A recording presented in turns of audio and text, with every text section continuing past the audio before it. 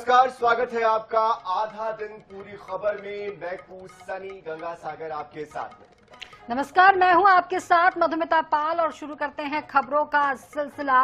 भाजपा में आज बड़ा संगठनात्मक दिन है। पार्टी के कार्यकारी अध्यक्ष नितिन नवीन का राष्ट्रीय अध्यक्ष बनना लगभग तय माना जा रहा है।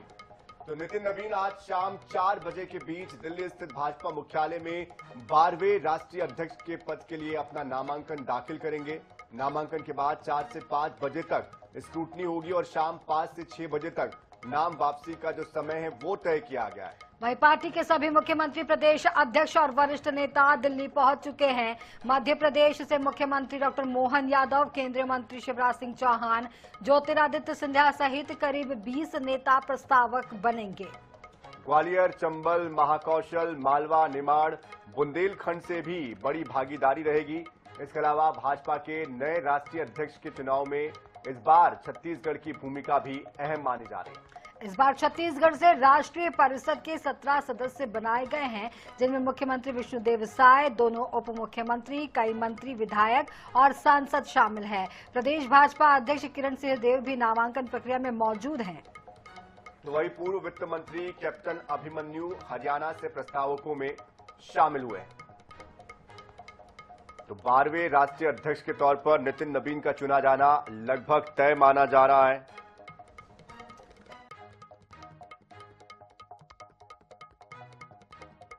वो अपना नामांकन दाखिल करेंगे और उसके बाद 1 घंटे का जो समय है वो स्क्रूटनी के लिए तय किया गया है। तो नितिन नवीन का नाम लगभग तय ही माना जा रहा है। तो 12वें अध्यक्ष के तौर पर कार्यकाल वो संभालेंगे।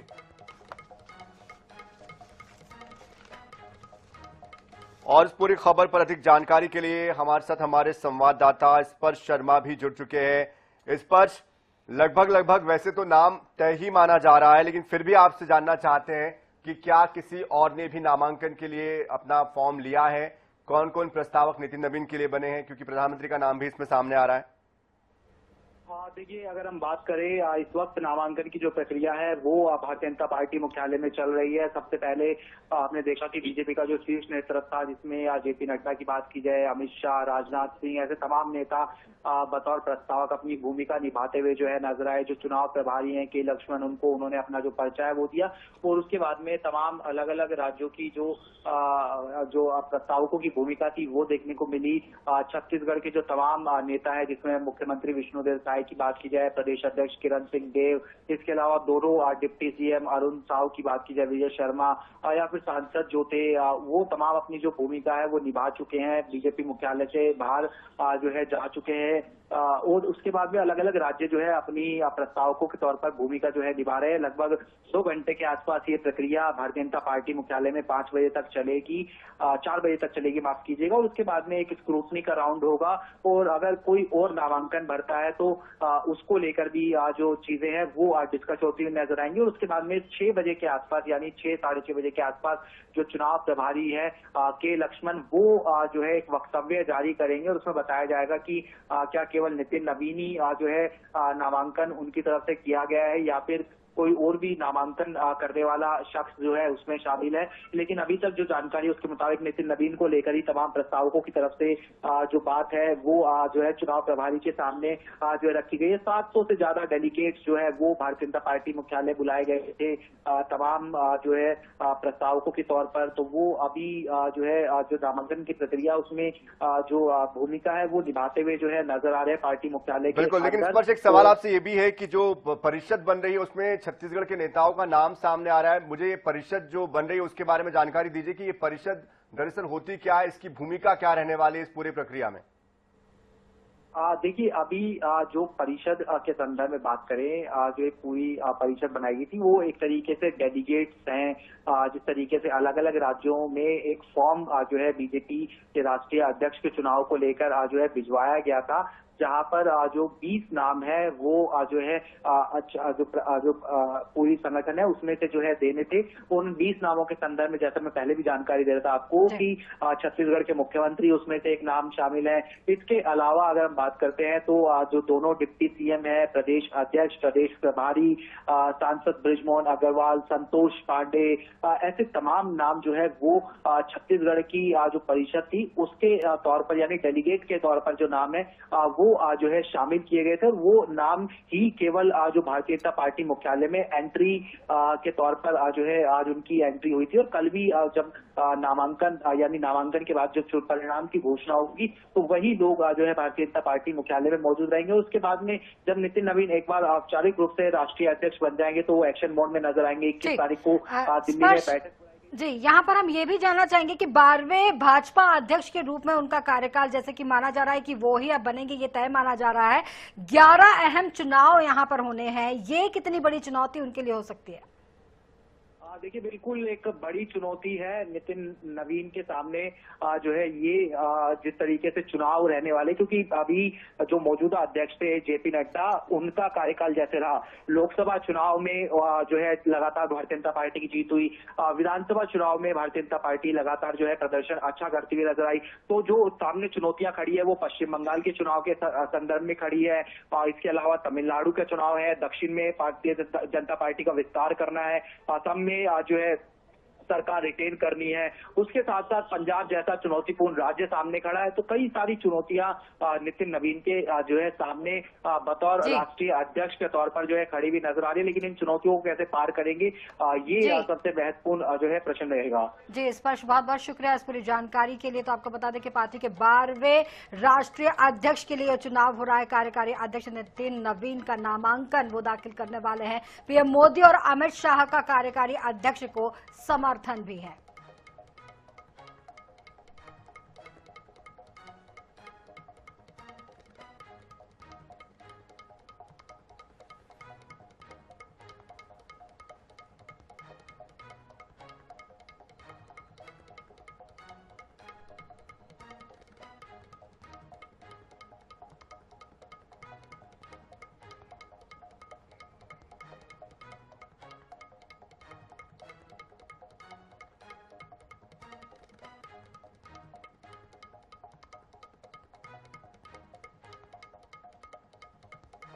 आपको बता दें दिल्ली में बीजेपी के राष्ट्रीय अध्यक्ष चुनाव की प्रक्रिया थोड़ी देर में दाखिल होगा नामांकन।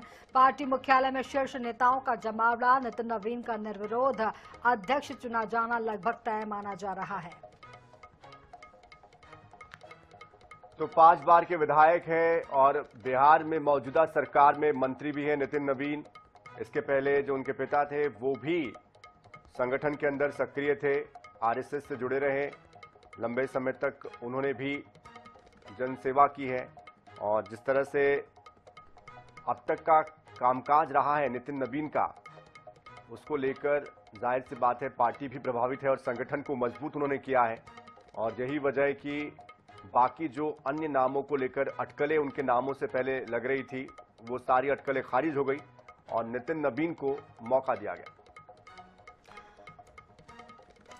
तो दिल्ली में बीजेपी के राष्ट्रीय अध्यक्ष के चुनाव में छत्तीसगढ़ की अहम भूमिका है। 17 जो राष्ट्रीय परिषद के सदस्य हैं वो छत्तीसगढ़ से है और आज वो सभी दिल्ली में मौजूद हैं और थोड़ी ही देर में इनका नामांकन होना है नितिन नवीन का। और उसके बाद नामांकन के बाद स्क्रूटनी होगी, नाम वापसी की प्रक्रिया होगी और लगभग नितिन नवीन का अध्यक्ष चुना जाना तय माना जा रहा है। और इस पूरी प्रक्रिया में छत्तीसगढ़ की बहुत अहम भूमिका है।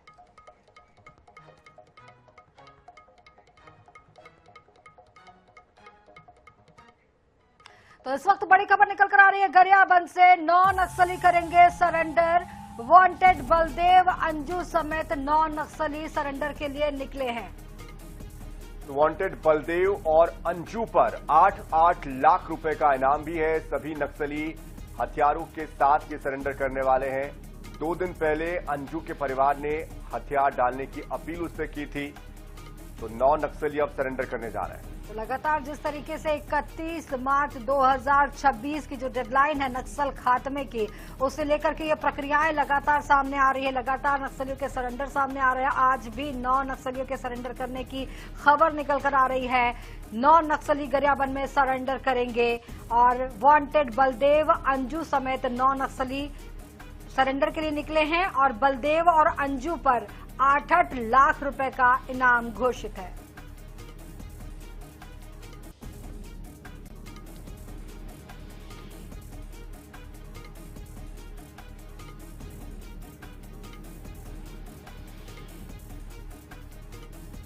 तो नक्सलियों को लेकर लगातार जिस तरह से एक्शन लिया जा रहा है, जाहिर सी बात है अब बैकफुट पर तमाम नक्सली है और यही वजह है कि अब इनामी नक्सली भी आकर खुद सरेंडर कर रहे हैं।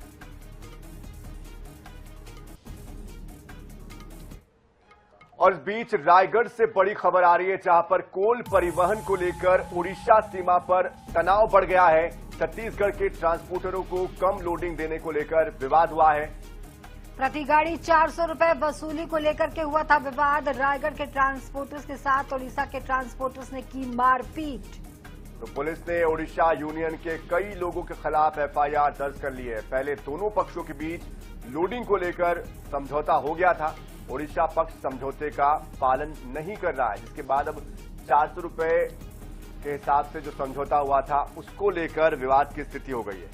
उनको छत्तीसगढ़ के ट्रांसपोर्टर्स को कम लोडिंग देने पर विवाद का मामला, प्रति गाड़ी 400 रुपए वसूली को लेकर के ये विवाद हुआ था।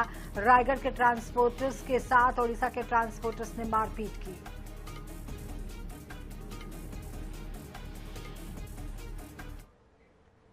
इधर रायपुर में एक साल में उखड़ने लगी करोड़ों से बनी सड़क। 2 करोड़ से ज्यादा की लागत से हुआ था निर्माण।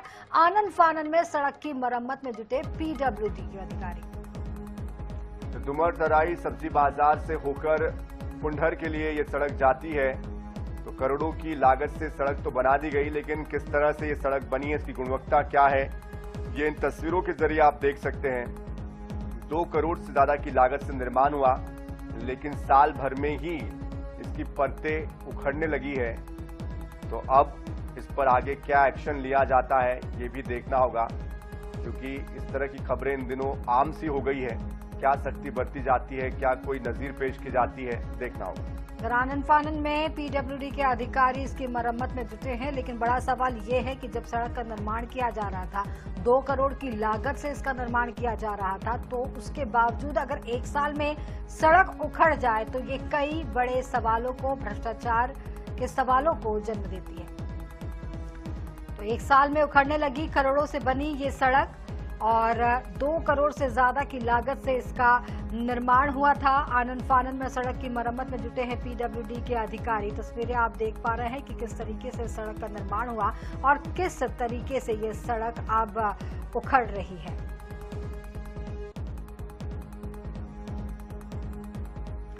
तो आनन फानन में सड़क देखिए, राजधानी के उस इलाके की ये सड़क है, डुमर तराई सब्जी बाजार, जो कि फुंडहर तक जाती है और कई यहाँ से लोग गुजरते हैं, जिसमें कई जनप्रतिनिधि भी शामिल हैं। बाजार का ये इलाका है, समझा जा सकता है किस तरह का यहाँ पर ट्रैफिक का प्रेशर रहता होगा।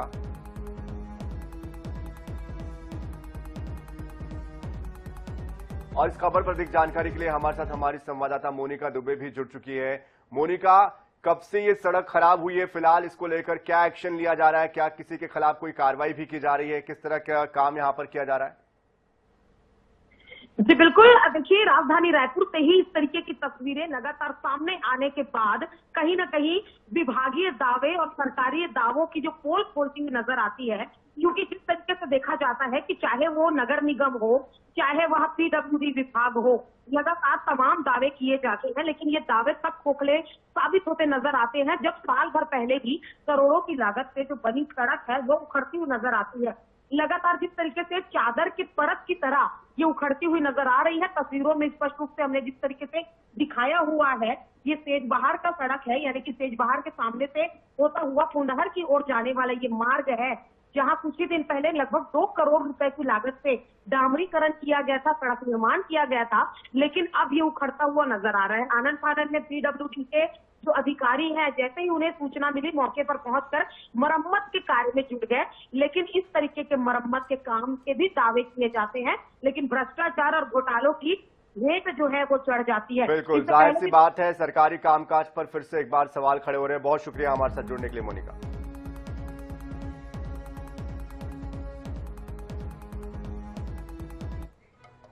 इस वक्त बड़ी खबर निकल कर आ रही है रायपुर से। मुख्य सूचना आयुक्त और राज्य सूचना आयुक्तों ने ली शपथ। राज्यपाल ने छत्तीसगढ़ मंडपम में दिलाई शपथ। तो अमिताभ जैन बने हैं मुख्य सूचना आयुक्त, वही उमेश अग्रवाल और शिरीष चंद्र मिश्र राज्य सूचना आयुक्त बने हैं। मुख्य सचिव विकासशील ने शपथ प्रक्रिया को पूरा कराया। तो इस वक्त बड़ी खबर, मुख्य सूचना आयुक्त और राज्य सूचना आयुक्तों ने शपथ ली। राज्यपाल ने छत्तीसगढ़ मंडपम में शपथ दिलाई। अमिताभ जैन बने मुख्य सूचना आयुक्त, उमेश अग्रवाल और शिरीष चंद्र मिश्र बने राज्य सूचना आयुक्त। तो अमिताभ जैन पूर्व मुख्य सचिव भी रह चुके हैं छत्तीसगढ़ शासन के।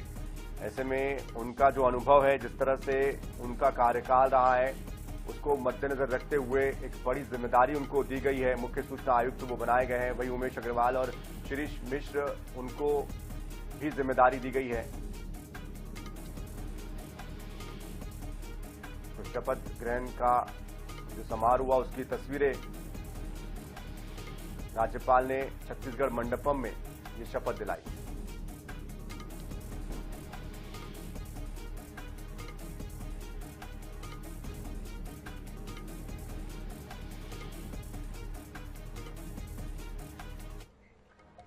और इस बीच बड़ी खबर भोपाल से आ रही है, जहां पर विधायक फूल सिंह बरैया को दिग्विजय सिंह का साथ मिला है। पूर्व मुख्यमंत्री दिग्विजय सिंह का बयान आया है। फूल सिंह बरैया ने जो कहा उनके विचार नहीं है। प्रोफेसर की किताब को फूल सिंह भैया ने कोट किया था। बरैया ने जो कहा वो उनका बयान नहीं, किताब में लिखा था। बरैया ने खुद कहा कि उनके ये विचार नहीं, वो इसका विरोध करते हैं। उन्होंने बड़ा साफ शब्दों में कहा है, एक किताब लिखी है जो दर्शन शास्त्र के head of department Patna university, ब्राह्मण है वो, झा साहब, उस पुस्तक में ये सारी बातें लिखी हुई हैं। ये उनका बयान नहीं है। अगर आपको कार्रवाई करना तो उन पर करिए जिन्होंने लिखा है, उन पर आप कार्रवाई क्यों नहीं कर रहे हैं? राजकमल प्रकाशन की किताब है, उस पर कार्रवाई करिए। उन्होंने खुद ने कहा है कि मेरे ये विचार नहीं है, मैं तो इसका विरोध करता हूं। इस वक्त बड़ी खबर भोपाल से है। मंत्री विजय शाह मामले में सुप्रीम कोर्ट में सुनवाई।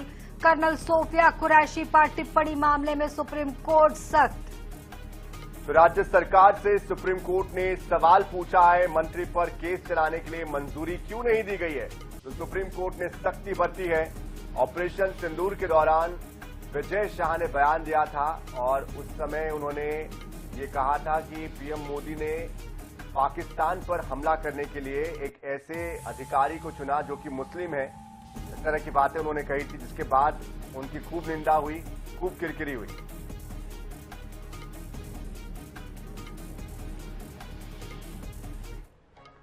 तो नेताओं मंत्रियों के बयान लगातार हर दिन सामने आ रहे हैं और उनकी बदजुबानी जो है वो सुर्खियां बटोर रही है। और इस तरह की खबरें लगातार आप तक हम पहुंचा रहे हैं। किस तरह की कार्रवाई होगी, किस तरह का एक्शन होगा, ये भी आगे आप तक पहुंचाते रहेंगे। तो फिलहाल इस बुलेटिन में इतना ही। आप बने रहिए INS 24/7 के साथ और हमें दीजिए इजाजत। नमस्कार।